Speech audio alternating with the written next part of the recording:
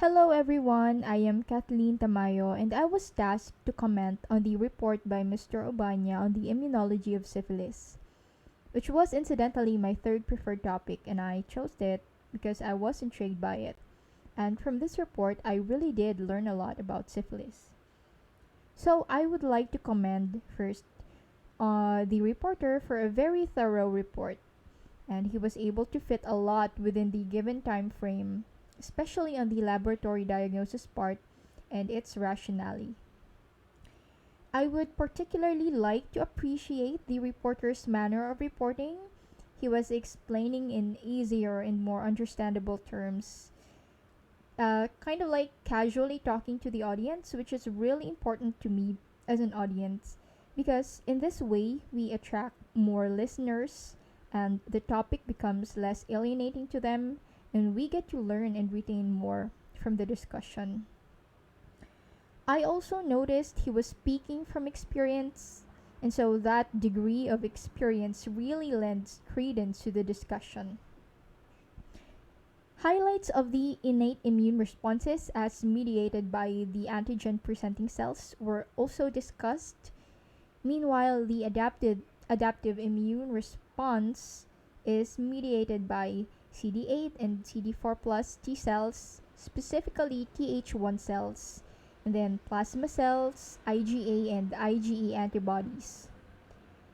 A peek into the current vaccine development efforts were also provided, particularly on recombinant antigens and conserved antigens of Treponema pallidum.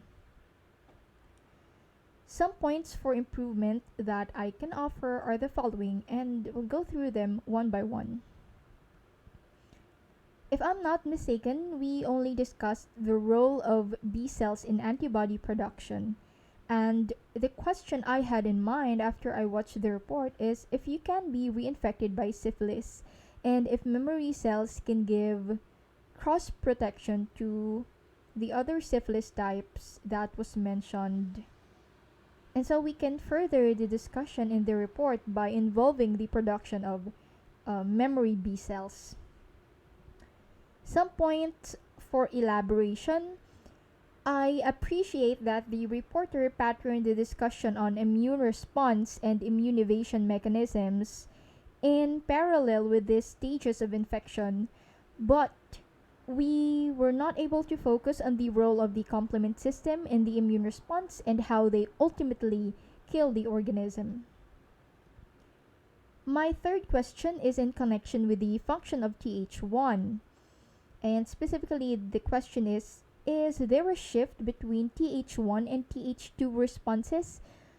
Because I remember from our discussion of the immune responses of the GIT, metalloproteinases functions in transepithelial transport. And so, since syphilis is the great imitator, I just thought there was going to be a Th2 like anti inflammatory response.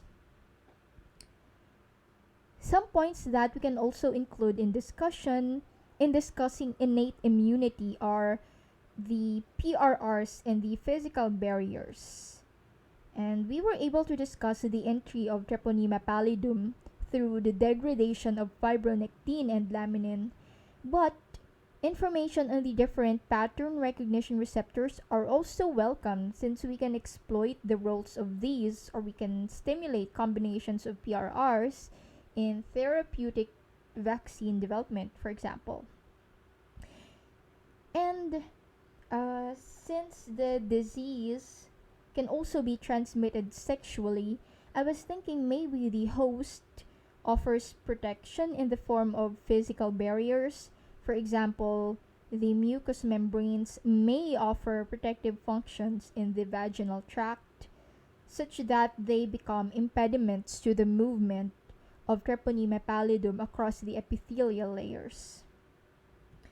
And finally, during the description of the microbe, we can add information in its genome and which among these are virulence factors, because it could also give us an idea on which parts of the virus to target for therapeutic vaccines.